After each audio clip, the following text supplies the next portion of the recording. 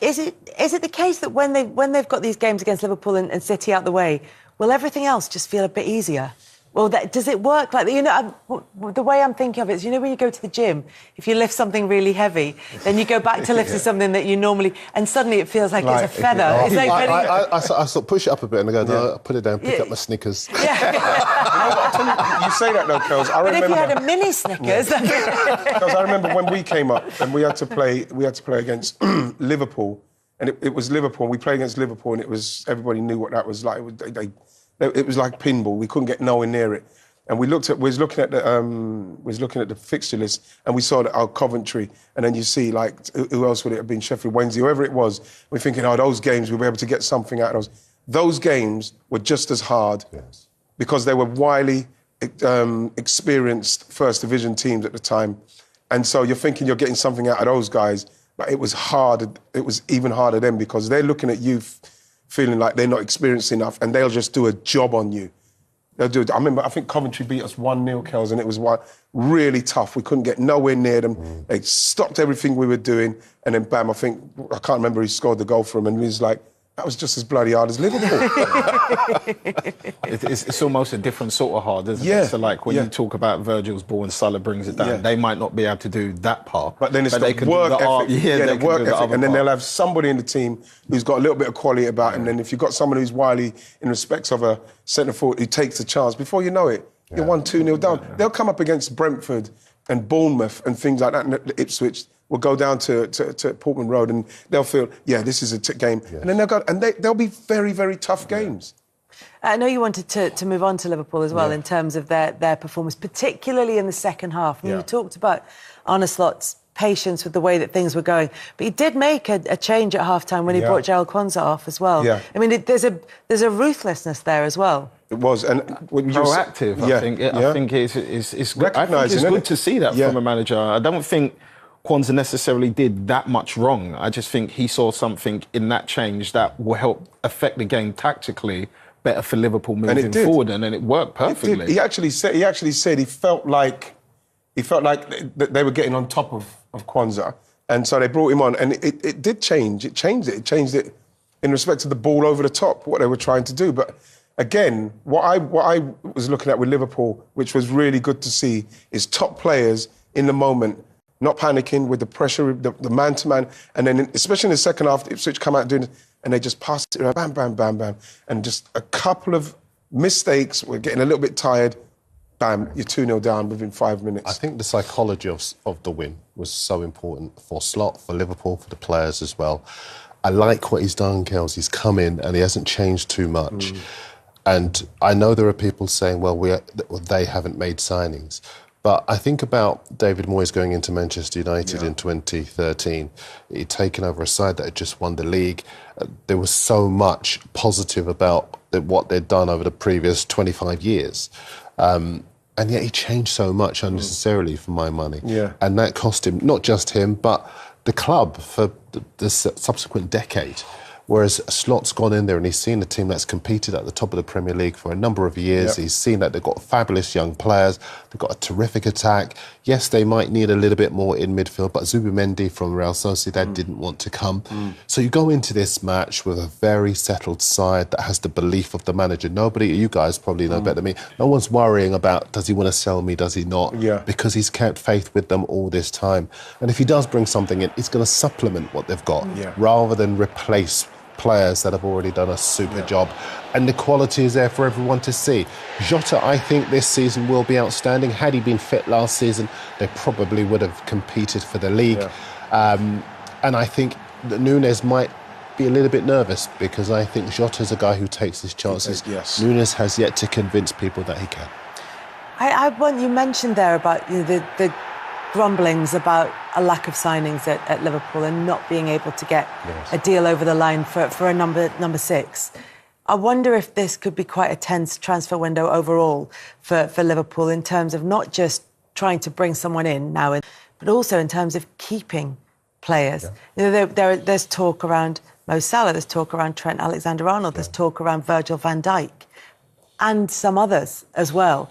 I would just wonder how big a transfer window this could be and what effect that could have. I don't know if we can't really judge any team properly till the transfer window is closed, but this could be a big one for Liverpool. I think, obviously, we're not really used to a player turning Liverpool down, obviously, especially under Klopp. And what Liverpool have done and what they've done so brilliantly with their recruitment is that they've targeted who they wanted and they've waited for that person.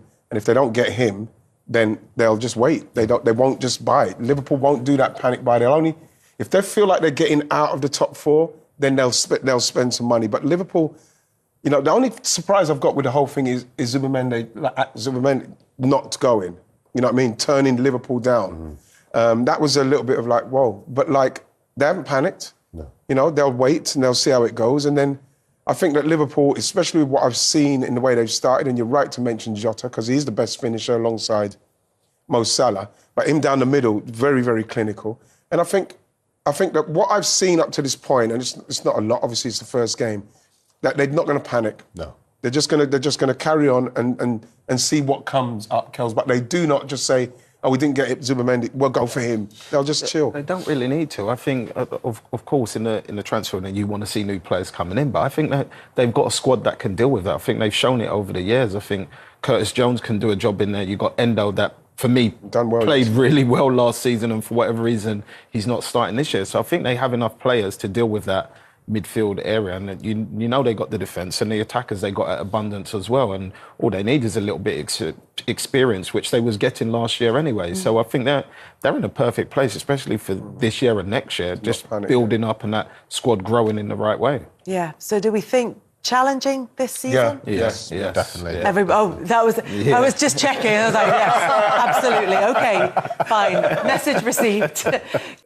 Well, we talked about Manchester City picking up where they left off. Similarly for Liverpool, even though they're under new management, particularly in that second half performance, a lot for Liverpool fans to look forward to. And we'll talk about them in a second. But I wanted to start with the other side of that coin and talk about Ipswich, because they've come up to the Premier League. They've got 7 players who started yesterday who played for them in League One. Yeah. And they put in a creditable performance. Yeah, and it's good, to see him, his interview afterwards, he was so concise about what he was saying about how well they done. And they did. And like you mentioned there, the 7 players, and giving them the opportunity to be at the top end, coming up through the leagues and then playing in there. And they'd done themselves justice, especially in the first half, doing that man-to-man job on Liverpool, which really knocked Liverpool out their stride. Got to say, Arne Slot, he did not panic, kept going, but the way that they played and the way they approach it, and they've got City next, it's going to be brilliant for them to have those 2 games at the start, because they'll learn so much. There's no way they're going to be able to do that man-to-man against these players for as long as they can, as long as they want to, but they need to score in those moments. But they will have learned so much because they put so much work in. Yeah, the fitness levels are going to have to be better. The time and the ball that they enjoy in the Championship, they will not have that in the Premier League. And the need to take their chances when they come. They will know that is... There he was. Seen him again. Was Ed Sheeran there? At first I thought it was like silhouette, and I thought, no, I can see the shape of you. Yeah. I see what you've done there, do you? Sometimes you shouldn't do your thinking out loud. No, maybe not. But what they done, Kels, like I say, was... But Liverpool, and the way that Liverpool handled it, the crowd was obviously very, very up for it. It's brilliant. They went down, and the experience and the quality that Liverpool showed, and then obviously we saw it in the second half. It was really good to see. But that's what's really interesting, I think, from Ipswich's perspective, just to stick with them for a moment, is you talked about them learning from that game, learning from Manchester City next weekend as well when they take them on. And one of the things maybe they learn is the intensity of Premier League matches from start to finish. There's no drop-off. There are no sort of quiet moments. And although Ipswich did create a couple of chances, one excellent chance in the game that maybe they should have scored from, it was the consistency of it and the kind of the intensity of the whole of the game. I always say, and people always say, it must be hard, like, running out there. I never think of the physical side of it. I think about how quick you think in the Premier League. And I remember when I was in the Championship with Man City and we got promoted, and you go into the Premier League and you think, hold on, I can get that ball there, and you go to get it and the ball's already gone. Yeah.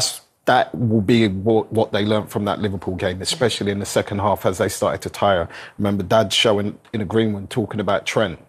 Trent didn't do anything spectacular or anything quick. He just looked like he was going to go that way, but because he, in his head, knows he's already going that way, he kills the defender and puts that beautiful ball in, which Jota should have scored from. And I think that's the part they have to get up to speed with quicker, because in the Premier League, if you sleep for a split second, the mental side of it. I heard a player once describe going from the Championship to the Premier League like standing in the middle of an air hockey table. It goes so quick. What you learn quickly as well in the Premier League is that they'll do things where because they're obviously used to the Championship, they'll do things where they'll think, oh, this ball's like Virgil van Dijk's ball to Mo Salah. Took it like 40 yards. Yeah. Right, and he's probably thinking, when you look at the defender, he's thinking, oh, well, his touch was perfect. The ball was perfect. The touch was perfect. Now he's got a massive problem. And maybe in the Championship, those things where you think, oh, well, he might not be able to control this. He will be able to control that, and he will be able to punish you. And that is what they have to learn. You cannot give Trent Alexander any kind of time in that scenario. None at all. You can't let Jota get on it, and if you're not tight enough, and you think, oh, should I be tight? And then you go, it's too late. And that is what they learn. And this is why I'm really pleased for them. And it might sound like, cruel, but that they've got Liverpool and Man City in the first two games. They will learn so much so quickly. I've got a soft spot for Ipswich. I started my career at the Daily Mirror covering them when they came up in the early noughties. And when they came up, they stayed up. They finished sixth that season, and they were fabulous under George Burley. They got into Europe. They played a great style of play. But even since then, the game has evolved. It's so much faster. The fitness levels are higher, largely because of what had happened at Arsenal. The calibre of players in the league now has gone right up now. So this Ipswich has got so much more to contend with. But, as you say, these two matches are the best possible team talk that he could give to the players, because they will see it in action. They're up against Haaland in the next game. We saw the way he played. He's had no Euros. They've probably been feeding him raw meat. Yes. He just looks sensational. Absolutely. The cryo chamber. He's going to be fabulous. So it's going to be hard for them, but they will learn from that. But what will happen, Kels, is that they'll get them two games out of the way, and if they can keep up the intensity, and like Darren said, that if they can score the goals, they'll get the joy, because not everybody's going to come and have that excellent quality and that elite playing style. It's what City, they'll probably experience with City and Liverpool. So when they play against teams that are a little bit off it, and they do take the chance, they're going to beat some teams down there. Yeah. Well, congratulations to Mr. Slot. Not easy following Jurgen Klopp, obviously. Nope. First half, Ipswich did really well first half. We'll talk about them in a second. What did Liverpool do in the second half not to turn that around, but to assert their authority? Yeah, they showed their quality. Got the ball out wide. They passed it a lot slicker. I heard Szoboszlai in his interview afterwards, he said we moved the ball a lot quicker, a lot sharper. I'd never judge a team match day one, good or bad in the Premier League. Liverpool 12:30 kick-off away from home against an Ipswich side that are going to be buoyant coming back up to the Premier League. They were quite intense. So Liverpool had to try and manage that. I think a few words were said at half-time. Arne Slot was brave in taking Jarrod Quansah off because he lost a lot of battles. I don't think he has to say anything. If he takes a player off at half-time, that says it all about the demands. He lost a lot of duels. Yeah, he lost a lot of duels against Delap. So he brought Konate on. And the players just sort of... It's a weird one. It's quite hard to try and get across to fans, but sometimes when you're very leggy, when you're playing in your first game, the first 45 can be harder than the second 45 because you want the lactic acid, you want your lungs to open up, you want to run. And in the second half, you'd be a bit more free. And I think they showed their quality in the second half. They were so much better. It's almost getting like your second wind. Yeah. I thought, first half, I thought Ipswich played well, to be honest. Kieran McKenna, good manager. They played the right way. But the second half, I think Liverpool's quality and the way they just pinned Ipswich back, they sustained attacks, couldn't get out, really suffocated them, It was attack after attack. And Jota's goal, it's a fantastic goal. You can see what they've worked on, just that. Bearing in mind, he missed the header, and he's so good in the air. That's all from Trent, though. Pass from Trent. And the pass here, and to be even the finish there, it makes it look easy, but it's a difficult finish because I don't think many fullbacks play this ball, Jermaine. No, they do. But he's got that sort of quality. It's a finish here because he just lifts it a little bit. He just lifts it and that. Yeah. But he's such a good finisher. He gets these chances and 9 times out of 10 he'll take them and that. But brilliant goal. The finish is not a hard one. You've just got to make sure you open up your body with your left foot. He missed a header before that, and then Salah does what he does on the opening day of the season. He's prolific, isn't he? 9 times he scored on the opening day. No one scored more than that. It gets a little break of the ball there, but bang, then the sort of difference from what I can see from Arne Slot to Jurgen Klopp is he played with 2 number 6s, played with Gravenberch, played with Szoboszlai as a number 10, McAllister as a number 6 as well. But listen, when you've got players like Diaz, you've got players like Salah, and I looked at Liverpool's bench yesterday. Incredible bench, you know. Yeah. Like any one of them players on the bench could easily have started that game. There was a point last season, let's be blunt about this, there was a point last season, there's goals on the opening day, going up to the game at Old Trafford, the league game, where they were in control of the league. Yeah, 5 points clear at one time. If they'd won that game at Old Trafford, which they should have done, really, they probably could and should have won the league. So there's no reason why they shouldn't go close again, just because they've changed That's why they're in the conversation. I hear people talking about a 2-horse race. I'm thinking, Liverpool were 5 points clear last season. Exactly. I think with that system as well, if you play 2 holding midfielders and that, just that sort of that security and just allowing your forward players to go and win games, you know, they'll definitely be up there this season. And even missing out on Zubomendi, they still got it because Endo didn't play yesterday, did he? So they still got the ability to play 2 6s. Gravenberch played something different. Yes. He played as a number 6, so he wants him to sort of fulfil that role. Salah always hits the ground running because he looks after himself so well, does he? So it's never a question of him getting back up. I don't think he's doing 2 weeks 9 upper like we used to do. I don't think I've never been there. I don't think he's doing karaoke standing on tables, is he? He loves a picture as well. He loves a selfie in that. But he's a machine. So robust. He plays every game. Yeah. But he loves scoring goals. He's all about numbers. He knows that. He knew before the games. You know what? You know, there's Alan Shearer, Wayne Rooney, Frank Lampard. If I score today, I'll go top of the list. And that he knows that. And you know, it's brilliant. How should Kieran McKenna, 24 hours on, reflect on the way they played and the sort of stead it can stand them in going forward? Well, it's Man City next. So, I mean, welcome to the Premier League. The computer is a sadistic thing. Yeah, but the closing down and the organisation, you can see the numbers in the square line there, and no one's really just running out of position to try and press. And then when they go forward, they were quite a threat. It was just the final ball that was missing. They had half opportunities. But I think when you're playing in your first game back and you draw someone like Liverpool, it can be a little bit daunting. But they weren't overawed. No. They competed. They ran hard as what your manager wants. He'll work on some finer things like this, the final ball. That was just a yard short. So it's the concentration. It's the fitness levels when you play Liverpool, Man City as well, because the second half Liverpool ran all over them. And they didn't capitulate. Could have easily lost for 3 or 4, couldn't they, once Liverpool had got into their stride? It's just moments like this, isn't it? Yeah, it's that final bit. I think in the Premier League, this is why the Premier League is the best league in the world, because you know, once you do get your chances, even half chance, you have to make the most out of them, because no disrespect to the Championship, you may get away with certain things if you miss a few chances, but the Premier League, you're playing against top teams, then you know you're going to get punished. And do you know what I think he'll do as well? Unlike Vincent Kompany last season, I think he'll tweak his style. I think he's clever enough, Kieran McKenna, to think, I want to play season. I think he'll tweak his style. I think he's clever enough, Kieran McKenna, to think, I want to play good football, but I'm not going to sacrifice the results. No. If I need to tweak things and go defensive, to give ourselves the best chance of staying absolutely. up. Yeah, because even with Burnley, quickly, if your principles are, it's a big thing about playing out from the back and you want to play attractive football. Even sometimes if you go long, I don't even think that's changing your principles. It's just sometimes you have to adapt to the game or realise who you're playing against. If you want to beat the press, sometimes you need to have to go long. Yeah, absolutely. Well, it's taken us till part 3, but we are going to talk about Arsenal. A 2-0 win against Wolves and a fairly business as usual, steady... It felt like business as usual. You know something? It was. I was really pleased. I was really pleased with the way it went. I had a feeling that they would come out. They'd come out strong simply because they know what they have to do.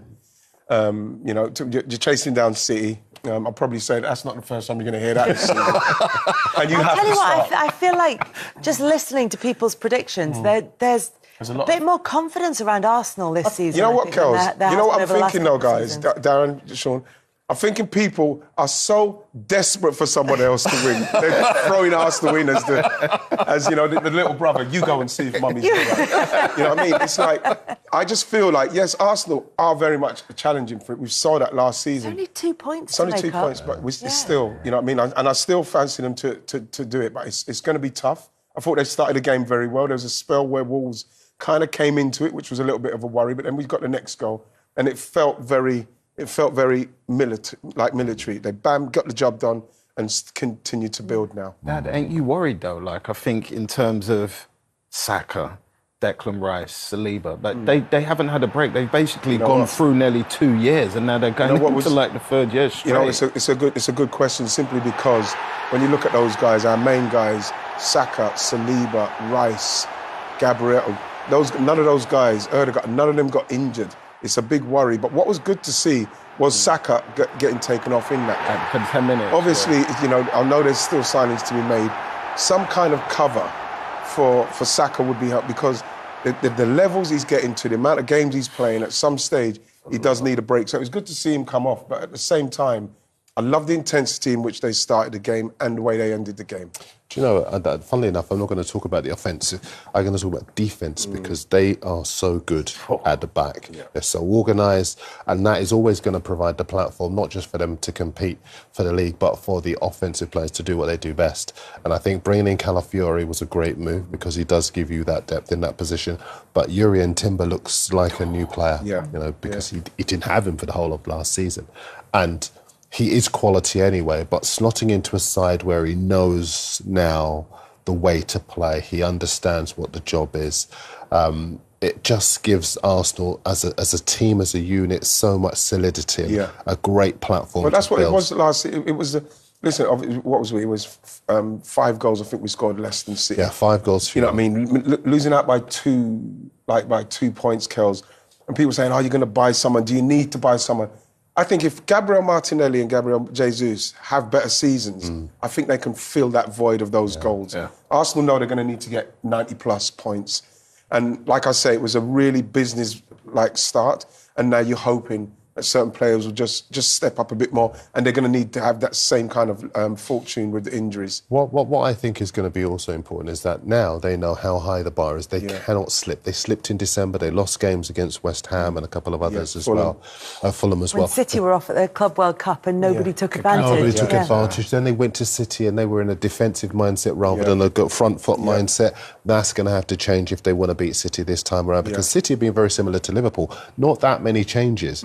And yet they still go in with a settled side, same mentality, real hunger. Arsenal going to have to now, with that pickpocket story, I'm sure everyone's heard it already. They had an event. Arteta hired a pickpocket. It's really weird. No, it's not. It's really weird. You should explain it. You should explain it, Darren. Because so they had an event and Arteta hired a pickpocket to basically go through a few of the pockets and take some of their stuff. And when he told them to turn their pockets out at the end of the night, they were missing some items. And he said, that's a reminder to always be focused on your surroundings. That is weird. What are you saying? He needs to have a day off? You know something? I just think that we're dealing with... But do you know what I'm sorry? Just what I keep thinking about when I hear that story is the player's reaction. You know that second after he said that, see, always be alert. Yeah. And then just the players all sitting around going... No, I think it's been like very visionary. It's innovative in trying to motivate, finding another way to trying to motivate a set of players that have 2 years have been getting closer and closer and trying to find another way to get them to think about being aware. And I think the first goal Arsenal concede, though, obviously the comment had his pocket picked. I just thought it was banter. I just thought it was him having a laugh and the boys reacting the way they would have possibly reacted when they realise all their stuff's gone. And that's most probably when he's come out with, that's why you should be careful with your surroundings, know what's going on, be alert. I don't think it was necessarily for the game. Also, it's for a mindset. Who hires pickpockets? Like, where does one go? Yeah, that's a good point. I need a pickpocket. I need a pickpocket. I'm fairly sure if the police had access to that and they could just Google how to hire a pickpocket, they could clean up. We'll pay the bail money. On the Instagram. Pickpocket for sale. But like, you know something, again, Mikel's done something now that's given people another opportunity to point a finger at him saying he's trying to find another way to motivate. Actually, you know what? I do agree with you. I think that we come from an era and everything is changing around us. Technology, the media industry, everything is changing. And the way that managers communicate with players is changing as well. We are long past the point where a manager can see something in the newspaper, cut it out and pin it on the dressing room wall. We're way past that. We saw in the documentary, he finds lots of different ways to put across the messages he needs to. There's a terrific one where he holds up a light. You're going to laugh at this again, but he holds up a light bulb and he says, Jesus, Kels, you never even let him finish. I haven't heard the light bulb story. That's so ruthless, and he says, you know what, we need to form the connection to the fans that basically creates the electricity in the light bulb. Brilliant. But it is a really lovely analogy, and you're right. Everybody's so creative.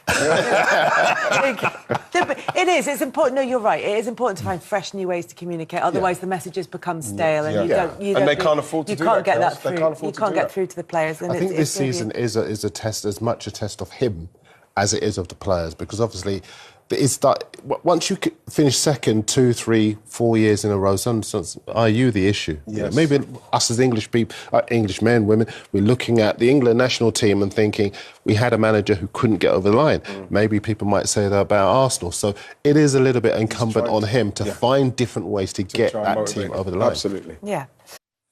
I wonder, in a way, if that was the perfect start for Arsenal, because it was sort of... You know, Saka again, you know, was fantastic.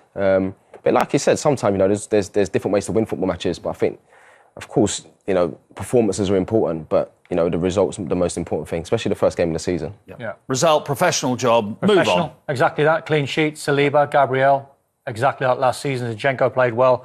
He's now got competition for places. You think of Calafiori coming in, Timber back fit. You look across that back line. Really, David Raya was excellent in goal, pulled off a great save from Strand Larsen. But Bukayo Saka was off the charts good, Mark. You know, this is a kid who can take players on. He's got quick feet. He's sharp. He gets kicked from pillar to post. He's durable. He's hard. He played all the Euros, and he played, and we just mentioned the Man City players not, but Arsenal put him straight back in. But he's formed a relationship with Kai Havertz where, look, we've seen him do his defensive work, and, you know, it might look pretty basic, but then he's off, but he's quick feet. This is the one, I think, where he manipulates the ball double quick, and you can't get near him. You can only potentially foul him. As I said, he's durable. When he gets kicked, he never stays down. There was a tackle in the game. It wasn't a particularly bad one, and he had a little sort of limp. You like the teasing cross. I love this one because it's a lesson to any kids. It's like it's put in an area where he's more or less saying to Jose Sarr, "Come on, you think you can get this?" But the cross is just too good. The goalkeeper in the end's in no man's land. Quite an easy finish from Havertz. Yeah, but what really impressed me about Saka is he's so strong. Like, he knows that he's not the biggest, but the way he uses his body, you know, it's credit to him. He must do so much work in the gym and try and tick every box to get these performances. And when he gets into these positions here, it's quite interesting because normally he goes to the other corner, but it's so clever where he knows there's bodies in the way. Goalkeeper can't really see it, and he just reverses it with pace in that corner there. It's a fantastic finish. And presumably going forward for the rest of the season, goalkeepers see that and go, right. But a bit like the Kovacic goal. We would expect it normally, a goalkeeper to go to my right as he curls it in there, but we know he's got that one now, so the goalkeeper's a little bit unsure. But you can tell when you watch it, you can tell that he works on that. That's repetition every single day on the training pitch. You know, he comes inside, and you know, and he goes, like I said before, you see him go to the other corner, but now he's actually reversing with pace as well. And to be honest, even if the goalkeeper can see, I think if you hit it with that sort of pace, you know, it's difficult to save. He's missed 3 games in 3 years. I'm telling you, he's hard as nails. Yeah. Honestly, there was a tackle in the game, and as I said, it wasn't a particularly bad one. And he had a limp, and he looked a little bit uncomfortable. And I said, give him a minute, it'll be fine. That's all he needed. You know, he's a guy that's got unbelievable quality, strong, durable, great attitude. He's a player. Doesn't matter, I think, who you support, you can't help but fall in love with Bukayo Saka because you can see the smile on his face, and you know that he loves playing the game. Yeah. He absolutely loves it. Let's talk about somebody. This might be a bit emotional for you, but wherever he played, he was super Kevin Campbell. Whether he played for Arsenal, played with you, played at West Brom, played with Forest. You loved playing with him, didn't you? I was at his funeral last week, and it was tough. The church was at capacity. It was a beautiful send-off. He's a man that is just a guy with a massive heart. Doesn't matter what room he'd walk into, we'd light up the place. And no surprise that Arsenal paid their respects. Goodison paid their respects as well. And growing up in London, was Super Kev? I mean, you would have had heroes you would have looked up to, wouldn't you? Of course, obviously everyone knows. I mean, I loved Wright. Yeah. And seeing those two, the celebrations and the dances, and it's quite funny actually because Kevin Campbell was one of the first footballers that I actually met, because my first Sunday league team, he actually at a cup final, he handed out the trophies. So you can imagine for an 8-year-old what that does. You know, you've seen like these heroes on TV, and then I just remember, you know, being so excited, and you see him, and he was just such a nice guy. And every time I've come across him, you know, the gentleman, and you know, condolences to his family. It's a massive loss for the football world for sure. Absolutely. He really was a lovely man, Kevin Campbell. There is lots to get our teeth into, although it does feel a little bit like we're still playing. Like I've just pulled on my boots. I'll be honest, I've had a big summer. I'm not sure I'm ready for this just yet. Maybe take me to about the second or third international break to get going. Darren Lewis is here, Sean Wright-Phillips is here, absolutely raring to go. But there is lots to talk about, and it does still have a little bit of pre-season-y feel about this. It does feel there's a little bit of caution.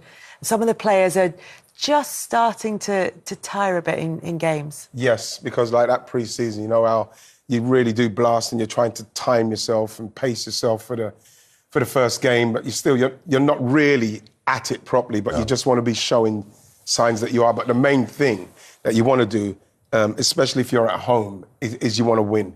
You know, obviously you want to put into practice what the manager's been asking you to do, what he wants you to do. But like the main thing is you want to win at home and you don't want to get any injuries to start with. You want to just have a blast through it. Yeah, and Dad as well. You got to remember, I think the Euros being on has caused a lot of that backlag in terms of people getting fitness, because a lot of people haven't been in training. If you look at the likes of the ones especially that won the Euros, I felt sorry for Cucurella. Jean-Philippe Mateta, who's got an Olympic silver medal and only arrived back last week. They haven't really had a break, so you could see, especially Cucurella, he started to tire as the game went on, when normally, you know, he's energy, up and down. So I think that played a massive part into it, because if you saw Kevin as well, he weren't really pressing as hard as he normally was. He was just making sure he got through the game, managing his body. Kevin your friend, Kevin, or just De Bruyne? All right, Kevin De Bruyne.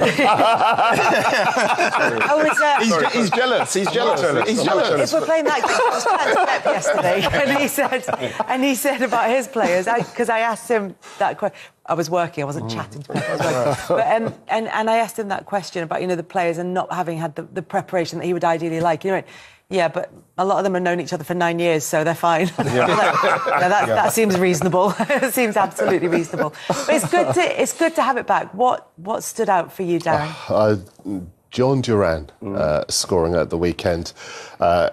West Ham wanted to sign him a few weeks ago. They couldn't agree a fee with Aston Villa. He obviously was motivated because some of the fans were unhappy with him. He'd been maybe getting ahead of himself, doing a few West Ham celebrations. But on the weekend, he was hungry like a wolf. See what I did there? Yeah, I know. It's one for the kids, a little Duran Duran reference there. Exactly. Well, if he'd have scored twice, that would have helped a lot. Yeah. But, he looks a super player. And just to go back to what you were saying a second ago, he's a feature of some of the big teams that they've really beefed up their squads to bring in players like him who can step into the breach, because the margins were very fine last season. Arsenal lost the league by 2 points and the margins at the bottom were quite low as well. But Duran looks a fabulous player. The way he took his goal, the celebrations afterwards, it was so good to see. So it's good for Villa as well, Kels. I know we're going to go and talk about other stuff, but Villa needing to keep that squad fit and strong, and people coming off the bench and making an impact is vitally important to him. Because you loved that moment as well of Duran's goal, didn't you? I do. I did love that moment. But for me, I like debuts, goals. I was quite pleased with Xerxes for Man United, because I wanted him to come on in the Community Shield. I wanted to have a look at him. And he came on and you could see a little bit of difference with Man United, the way he linked play. But then I think that the way he got into the box here, and it's just one of those where, you know, he's not dreaming that that's going to be his first goal, but he's got in the box. What Man United need to do, they need to get their centre forward in the box just to get on goals, just to get on things like that. So I was pleased for him with that one, and I was pleased with this one with Onana, because he's somebody that he played very well in this game. He looks like he's got a particular job to do, and that is to try and get in the box, break things up, and get in there. And he done that brilliantly in that game. You scored that early. What does that do? It's amazing. It feels like you can do anything on the pitch you want. Because you know the thing is, when you sign, when you're making your debut, all you want to do is do well and not do anything wrong. You know, the fans are going to give you support, but if you can score, it takes you somewhere else. It takes you somewhere else. For us as journalists, when a new player comes into a club, there's so much hype around. What you want them to do is do something at least to deliver on that hype. So you've got something new to write about. You want to spend the hours after the game asking people about them, finding out details about them, especially for the Monday newspapers, because obviously everyone's all over it on a Saturday and in the evening as well. So what you want is something new that you can tell the public, the wider public, the football fraternity, and maybe even bring onto a show like this. Yeah. Perfect segue. I thought that was. Sean, what was yours? Other than Darren's brilliant link there. I was torn between two, to be honest with you. I'll tell you the final one, but the Aston Villa second goal, just the three subs coming on, the way they linked up, how cool it looked, and the finish at the end. But I think the one that tipped it for me was Kovacic. I think returning back to Stamford Bridge, people were talking about, can City win without Rodri? He's been doing this all pre-season once he got back, but to walk through that midfield that they spend so much to get, and they sold him for 29 million, and then to put the ball in the back of the net like that, just to put the game at ease, for me was massive. Outstanding. Yeah, I thought he was outstanding yesterday. Go on, Dal. And I was going to say, it's a really good context, actually, because they sold him. They felt they could do without him. And they sold him to Manchester City for £25 million, just like they sold Jorginho to Arsenal for a similar amount of money. And Kai Havertz as well. They lost patience with him, sold him. He's been superb for them. Kovacic went past £225 million worth of midfielders to score that goal. If anything is an indictment of the transfer policy at Chelsea, that would be it. We are going to come to that, but on that game, Savinho and his 45-minute cameo for Manchester City. He's wicked. I tell you what it is about. Does he look like fun, Kels? He does look like fun. It's an Arctic Monkey song, but it's like Manchester City have been, for years, this team that you can admire and you can appreciate everything that they do, and everything is so controlled. And I like a little bit of chaos and a lot of fun, and I think Savinho can bring that with all the... He's got a bounce in his step, and he's just joyful in the way that he plays. Yeah. It's not a technical point, it's just an energy point. It's going on the vibes. You know, it's one of those, Kels, he made you feel good while he was watching the game. That's what it's about. I've always said this, that you sometimes forget what a player's done, but you never forget the way they make you feel. I had that feeling with Dennis Bergkamp when I used to watch him, and he used to do his moments of genius. And you used to think, where did he get that from? You can't remember the specifics of who he scored against or whether it was the second or the third goal, but you can remember the moment of genius, and that's what Savinho brings. It's kind of Arctic Monkeys to Maya Angelou. Honestly, it was kind of like that when I was playing. My first thought was not only to play well, but to get bums off seats, because I'm a winger, so I have to entertain as well as create. If I can get bums off the seats, then they'll keep going and they'll keep my confidence at a certain level. And I felt every time he got on the ball yesterday, even me, I was like, okay, let's see what he's going to do now, sort of thing. So it's brilliant to see. How do you judge if someone's a good winger or a great winger? He, for me, in many ways, just like Matoma when he first came, is a perfect example, because even though he went past Cucurella, especially when he beat him, the pass wasn't on. He stopped the ball, held it up, waited for everybody, and still played the right pass. And if you watch Yamal, he does a similar thing. But if he's got the beating of you, he will beat you. And if there's an option in the box, he will get it in there somehow. It's end product, end product with him, what they do in that moment. This is why it's going to be interesting to see how it works with Jeremy Doku, because some of the time he was flying past people, and then his decision in the end wasn't quite right. So once he gets that right with Savinho and him, then it's going to be quite dangerous. They switched sides after about 20 minutes or so, didn't they? And made a big difference. And Erling Haaland obviously got a goal in the first game of the season. I tell you what I really liked was that when he was talking about his goal, he said, I don't know if you remember, but about a year ago, Sanchez saved one just like that, and I didn't get past him that time. So I made sure that I was going to get past him this time. And he sort of checked his run a little bit. He sort of passed it around, he passed it around with himself a little bit, just to buy himself some time. What happens is, as strikers, you remember those things. You remember those things, and he said it's been eating him up for a year. A year. He's been thinking about that, and the amount of goals he's scored. But he will look back at a miss or a save and think, right, what can I do the next time? His feet there for a big man with two players in such close proximity was just brilliant. It was elitism. The power he used as well, wasn't he, right? He didn't bounce them. He kind of just stood strong and kind of bounced off them. His arm to keep his balance, and then the composure to still lift your head up, see where the keeper is, and the slightest little thing just shows the quality he has. I think he goes into this season in a really fascinating position, because for all the goals he scored, 52 in his first season, he won the Golden Boot last season with 27 goals. barely gets mentioned in terms of player of the year or whatever. And I genuinely think he is probably one of the most underrated players, which seems a bit weird to say because obviously everyone knows he's an elite player. But it's as if everyone's got quite bored of his brilliance quite quickly. And I think that he's going to remind people that he is elite. He is a top. Yeah, I think that's what happens with him, though, Darren, is that because that was his 100th appearance, wasn't it? Yeah, 91st goal. Thank you. So the thing with that, Kels, is that it's insane. And people still talk about, he hasn't hardly had a touch. His link-up plays. It's pathetic. The conversations on him. When you listen to somebody who can go that far back and realise what a goalkeeper does so he can make sure if he gets in a position again, he'll do it right. We're talking about a striker that's very much at the top of his game mentally. Can I ask you a question on that sort of striker's perspective and striker's mindset? Because when everybody starts to play football, you want the ball. You want the ball all the time, and you want to be you're constantly calling for it. You're constantly trying to go and get it. When you have to be so disciplined that your job is just to, a lot of times for Haaland, it's the work he does off the ball. It's dragging defenders out of the way. It's stretching the defence. It's all that. How much of a switch in mindset does that take? No. To be honest, Kels, because that's part of the centre-forward game, which I had to learn very quickly when I went to Crystal Palace, because when I was playing on Sunday morning, I would just run over the top, they'd pass the ball and I'd do it, go and score the goal or try and have a shot. But then you learn that you have to make this runs because he's doing that. And you can imagine with a Manchester City side, there's so many working parts that he has to do those kind of runs. He has to hold the ball up in certain places. This is why people maybe criticise his hold-up play, because things are happening once he's doing that. He's got to link that so this can happen, it can come here and can do that. And but his main job is to finish those chances. I don't care about Erling Haaland's link-up play, if I'm going to be totally honest. There's enough players in the team what can deal with that, where he comes into certain areas. But if we're talking about running into space to open space for Kevin De Bruyne and Phil Foden, but he knows I don't need to worry about how many touches I have because I'm going to have touches in the box and I'll score. Yeah. I totally agree. I think it's the reason why I think Guardiola wanted to buy Harry Kane to be a penalty box player. I know he loves to drop deep and he likes to take up positions where he can deliver balls in behind, but actually he wanted someone in the box to be a killer.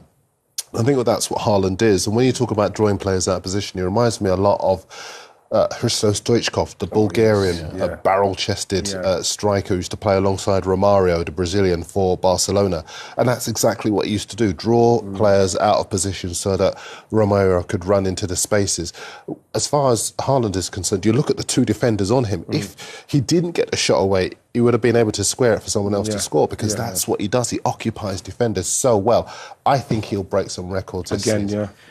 When I saw him, I was lucky enough to go on pre-season and I saw him before and I was like, how are you feeling? He said, honestly, this 5 weeks has been so hard. I've been raring to get back. And if you heard his interview yesterday, he basically said, this is the first time I've come into a season with zero pain. Wow. So he's ready to break some more records. Yeah.